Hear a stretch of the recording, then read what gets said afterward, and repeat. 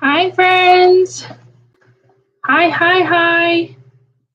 It took all day to get my computer working where my webcam was working. So I do apologize that I'm on here so late.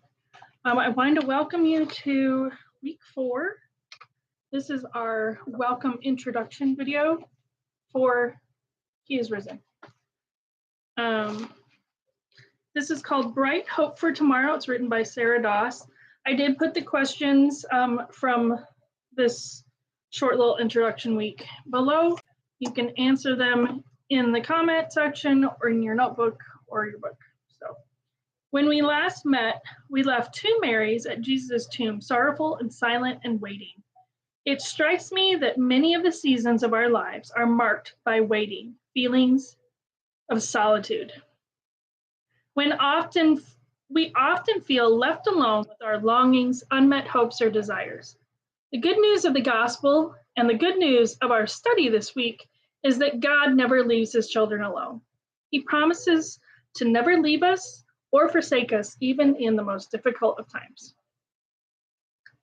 As you may know, the solemnity of Silent Saturday was met with the best news the world had ever heard. Jesus rose from the dead on Sunday, defeating death and the grave forever. He's alive today, sitting at the right hand of God the Father, making intercession for us. He's Lord over our lives, and he's Lord over sin and death. He has the final say on all things.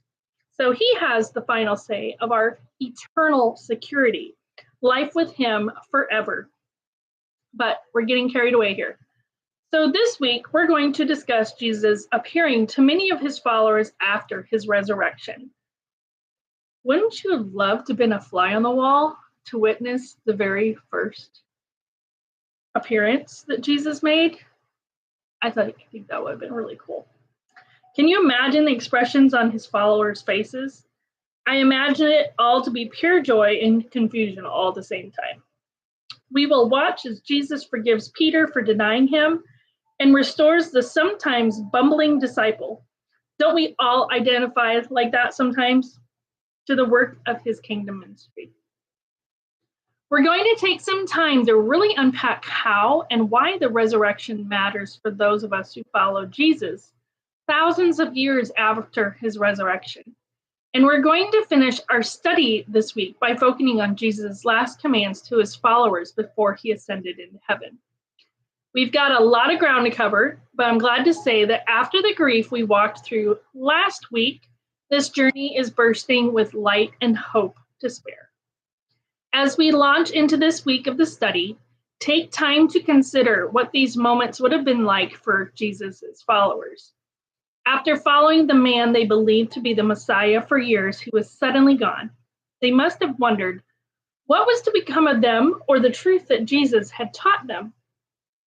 Where should they go from here? Should they just walk back to their fishing nets and families and homes and forget the whole thing? Confusion, hopelessness, and despair, had it all been for naught? And then on the first day of the week, a weeping Mary was met by a man who called her by name, whom she immediately recognized as Jesus. Several of the disciples went fishing and were hailed by a strange figure on the shoreline. This man gave them some fishing tips, and after a full night of striking out, they hauled in more fish than they could pull out of the water. Some disciples were locked away, fearing the Jews would harm them just as they had harmed Jesus. But then Jesus appeared to them saying, "Peace be with you. As the Father has sent me, I also send you." John 20:21. Their fear and despair turned into joy and purpose. Their lives would never, ever be the same again. And Jesus, he does the same thing for us. He comes to us in our fear and uncertainty, and he brings peace. He comes to our restlessness, and he brings purpose. Jesus is alive, and that changes everything about our tomorrows. So looking back at the previous week, I did put the questions in there, but here they are. What day of the study was your favorite this previous week, and why? Do you have a special place that you go to pray? Where is it and why is it special? I'll quickly tell you that one. There's a place south of town here that's just kind of out in the middle of the field past some little ponds. And it just overlooks the town, and there's an open field, and it's great when the sun is setting. And I just really feel close to God there. Jesus submitted his will to the Father's purpose. Not by my will, but yours be done. Luke 22:42. When was a time that you struggled to submit your will to the Father's plan? What held you back? What was the outcome of your struggle? What caused Peter to deny Jesus? And how does fear affect your walk with Christ and your witness for him? How do you overcome that fear? Here's our fifth question. When you think about Jesus suffering before and during the crucifixion, what was the most difficult part of the story for you, and why? If an unbeliever were to come to you and ask you why Jesus had to die, and in such a cruel way, what would you say and how would you respond to them? And our last question is, consider those who don't know Christ or understand his sacrifice for them. Take some time to pray for them, that their hearts would be tender to the gospel.